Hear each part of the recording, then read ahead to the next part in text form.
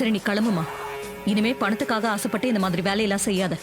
என்ன மன்னிச்சிருங்க மேடம், இனிமே இந்த மாதிரி செய்ய மாட்டேன். போ. என்ன மன்னிச்சிருங்க. ஃபங்க்ஷனுக்கு வந்த இடத்துல இப்படி ஒரு பிரச்சனை நடந்தது எனக்கு ரொம்ப வருத்தமா இருக்கு. பரவாயில்ல விடுங்க சம்மந்திமா. யாரோ ஒருத்தன் பண்ண தப்புக்கு நீங்க என்ன பண்ண முடியும்? ஃபங்க்ஷன் நல்லபடியா முடிஞ்சது, அது வரைக்கும் சந்தோஷம். சரி, சாயந்தரம் ஜவுளி கடைக்கு போய் கல்யாணத்துக்கு வேண்டிய துணிமணிகளை பர்ச்சேஸ் பண்ணிடலாம். மறக்காம வந்துருங்க. சரிங்க சம்மந்தியம்மா, நாங்க வந்துடுறோம். அப்ப நாங்க கிளம்புறோம். வாங்க. வர சம்மந்திமா. வரோம் மேடம். வாங்க.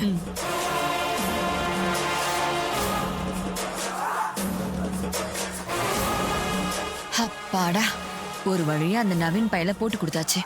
இனிமே போலீஸ் அவனை பாத்துக்கும். நாம பார்த்த மாப்பிள்ளைய துர்காவுக்கு கல்யாணம் பண்ணி வச்சு பழி வாங்க வேண்டியதா.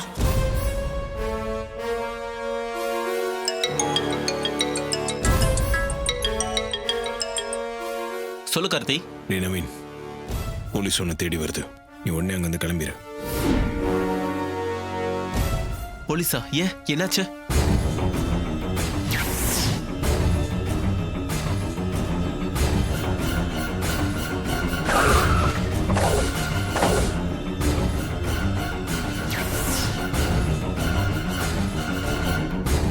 சந்திரன் மேல கம்ப்ளைண்ட் கொடுத்துருக்காங்க.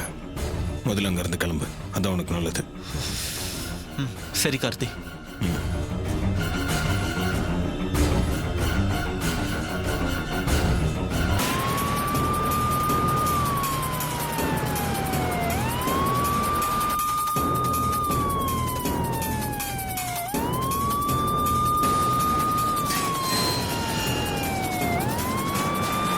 இந்த வீடு தான் சார்.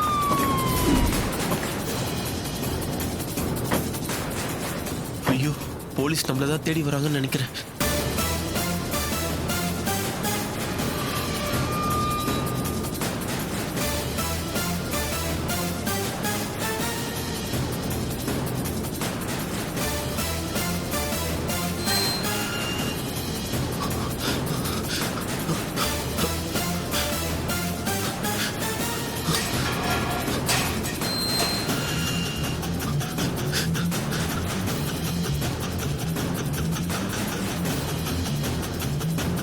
நீங்க எந்த பக்கம் பாருங்க, நீங்க எந்த பக்கம் போய் பாருங்க. Okay sir.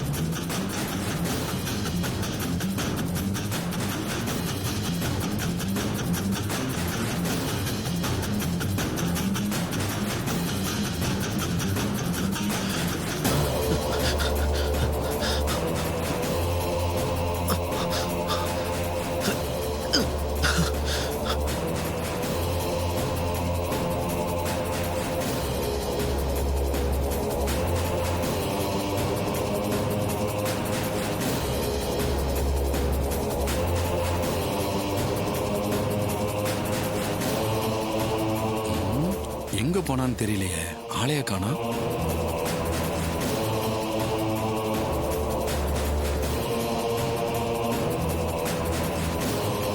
சார் எல்லா ரூம்லையும் தேடி பார்த்துட்டேன், எங்கேயும் காணும் சார். சார், இந்த பக்கம் எல்லா இடத்துலையும் தேடிட்டேன் சார், ஆளை காணோம். நாம வர்றது தெரிஞ்சு தப்பிச்சு போயிட்டான்னு நினைக்கிறேன். எங்க போயிட போறான் பாத்துக்கலாம், வாங்க. சரிங்க. Okay sir.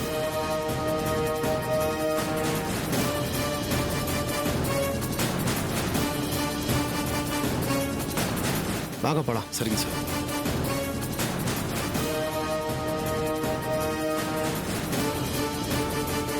எங்க போயிட போறான்?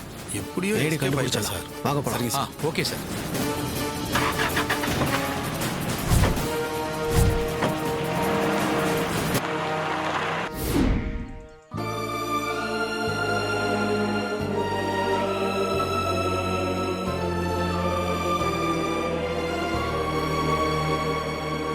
ஆமா, என்ன மாப்பிள? உங்ககிட்ட ஒரு விஷயம் பேசணும். சொல்லுங்க மாப்பிள. ஆமா, துர்கா நவீனோட கல்யாண விஷயம் உங்களுக்கு தெரிஞ்ச மாதிரி அந்த சிவனாண்டிக்கும் சின்னத்தைக்கும் தெரிஞ்சிருச்சு. அவங்க துர்கா நவீனோட கல்யாணம் நடக்காம தடுக்கிறதுக்கு பிளான் பண்ணிட்டு இருக்காங்க. நவீன் எந்த சிக்கல்லையும் மாட்டிக்காம மணமேடைக்கு வந்து துர்கா கழுத்துல ஊரறிய தாலி கட்டணுமாமா. அவன் தான் போலீஸ்ல மாட்டாம தப்பிச்சு போயிட்டானே மாப்பிள. அவ இப்ப எங்க இருக்கான்னு கூட தெரியல. அப்படி இருக்கிறப்போ நீங்க சொல்றது எப்படி நடக்கும்? இல்ல மாமா, நான் அவனை பார்த்து பேசிட்டேன்.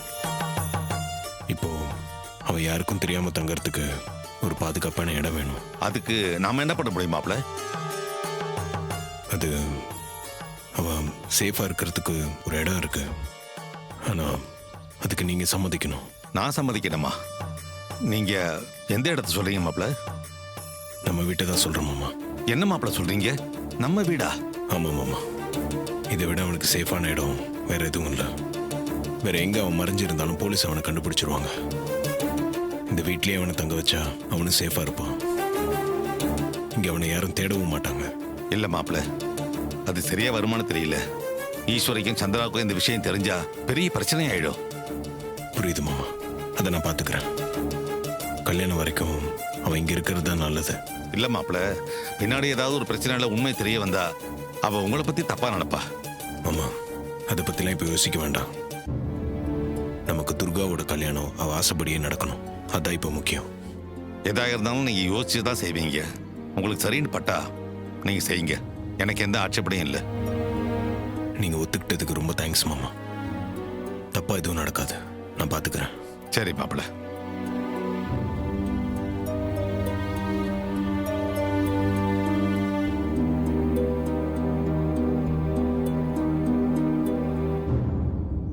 சரியா புரிஞ்சிருக்கா? நல்லா இருக்கு. இது பாரு, என் தொழிலும் சுத்தம். சரி. ஓகேவா? என்னண்ணா எவ்வளோ? 100 ரூபாப்பா. இந்தாங்கண்ணா. சரிப்பா.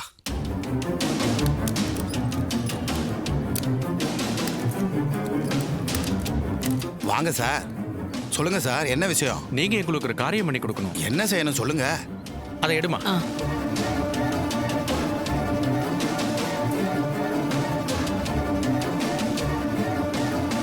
இந்த சோப்பில் இருக்கிற சாவி அச்சு மாதிரி எங்களுக்கு சாவி செஞ்சு கொடுக்கணும்.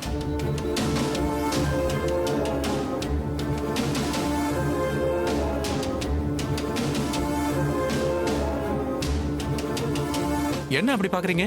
என்ன கள்ள சாவி செய்ய சொல்றீங்களா? அதெல்லாம் உங்களுக்கு எதுக்கு? பணம் கொடுக்கறோம், சாவி செஞ்சு கொடுங்க. நீங்க சொல்ற மாதிரிலாம் நான் செஞ்சு கொடுக்க முடியாது. கள்ள சாவி செஞ்சு கொடுத்து போலீஸ்ல மாட்டிக்கிட்டா தோலை உரிச்சிருவாங்க, தெரியும்ல? அதெல்லாம் யாருக்கும் தெரியாது, நம்மளோட தான் இருக்கும். நீங்க சாவியை செஞ்சு கொடுங்க. சரி, 10,000 கொடுங்க, சாவி செஞ்சு கொடுக்குறேன். என்னது 10,000-மா? என்ன ஒரு சாவி செஞ்சு கொடுக்க 10,000-மா? ரொம்ப அதிகங்க. நீங்க ஒண்ணு நல்ல சாவி செஞ்சு கொடுக்க சொல்லல, கள்ள சாவி செஞ்சு கொடுக்க சொல்றீங்க. அப்ப ரேட்டு அதிகமா தானே இருக்கும். அதுக்குன்னு 10,000 கேட்கறது ரொம்ப அதிகங்க, கொஞ்சம் குறைச்சுக்கப்பா. யோ, இந்த சாவியை வச்சு நீ என்ன திருட்டுத்தனம் செய்ய போறேன்னு தெரியல. நீ மாட்டுனா நானும் மாட்டுவேன். இதுல ரிஸ்க் அதிகம்யா. பேசின அமௌண்ட் கொடுக்கறதுனா கொடு, இல்ல இடத்த காலி பண்ணு. யோ, ஒரு 5,000 கொடுக்குற செஞ்சு குடியா? 10,000க்கு ஒரு பைசா குறைஞ்சா கூட செஞ்சு கொடுக்க மாட்டேன். சும்மா பேரம் பேசிக்கிட்டு இருக்காதயா, எனக்கு நிறைய ஜோலி இருக்கு. இடத்த காலி பண்ணு. ரொம்ப கராரான பெருவழியா இருக்கிய. சரி, நீ கேட்ட 10,000 கொடுக்குறேன், சாவி செஞ்சு கொடு. சரி, கொஞ்சம் வெயிட் பண்ணுங்க, செஞ்சு தரேன்.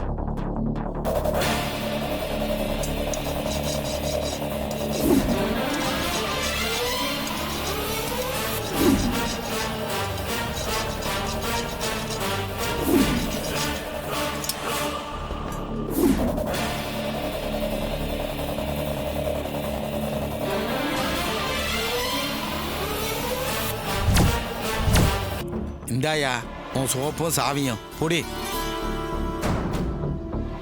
கரெக்டா இருக்குல்ல? அதெல்லாம் கரெக்டா தான் இருக்கும். முதல்ல பணத்தை குடியா. இந்த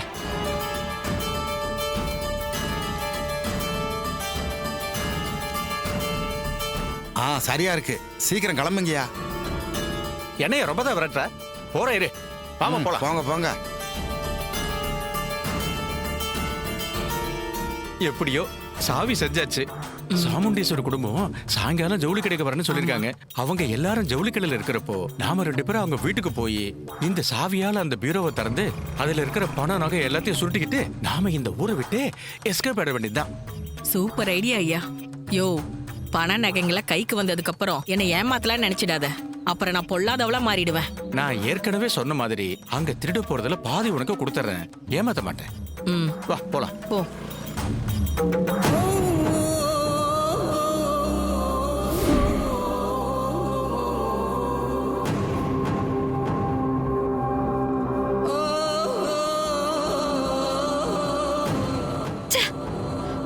அந்த நவீன் பையல எப்படியாவது போலீஸ்ல பிடிச்சு கொடுக்கலான்னு பார்த்தா அதுக்குள்ள அவன் எப்படியோ எஸ்கேப் ஆயிட்டானே.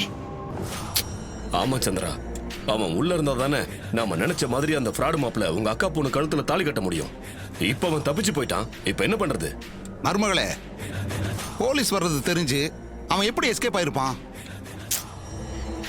எல்லாம் அந்த டிரைவர் பையன் தான் பண்ணிருப்பான் மாமா. அவன் தானே அந்த துர்காவுக்கும் நவீனுக்கும் கல்யாணம் பண்ணி வைப்பேன்னு என்கிட்ட சேலஞ்ச் பண்ணிருக்கான். அவன் தான் எல்லாத்தையும் செஞ்சிருப்பான். அவனை மீறி நம்மளாலதான் எதுவுமே செய்ய முடியலையே. எல்லாத்துக்கும் முட்டுக்கட்டையா நிக்கிறானே. இப்ப அந்த நவீனை எங்கன்னு போய் தேடுறது? அந்த டிரைவர் தான் அவனை எங்கேயாவது பத்திரமா மறைச்சு வச்சிருப்பான். அதை எப்படி கண்டுபிடிக்கிறது மருமகளே? கண்டுபிடிச்சே ஆகணும் மாமா. கல்யாணத்துக்கு இன்னும் 2 நாள் தான் இருக்கு. இந்த 2 நாளும் அந்த நவீனை எங்கேயாவது பத்திரமா மறைச்சு வச்சிருந்து கல்யாணத்தப்போ அவனை மண்டபத்துக்கு கூட்டிட்டு வந்து கரெக்டா துர்கா கழுத்துல தாலி கட்ட வைக்கிறது தான் அந்த டிரைவர் பையலோட பிளானா இருக்கும். ஆனா இந்த தடவை அவனோட பிளானை நாம முறியடிச்சே ஆகணும். அந்த நவீனை எப்படியாவது கண்டுபிடிச்சு நாம போலீஸ்ல ஒப்படைச்சே ஆகணும்.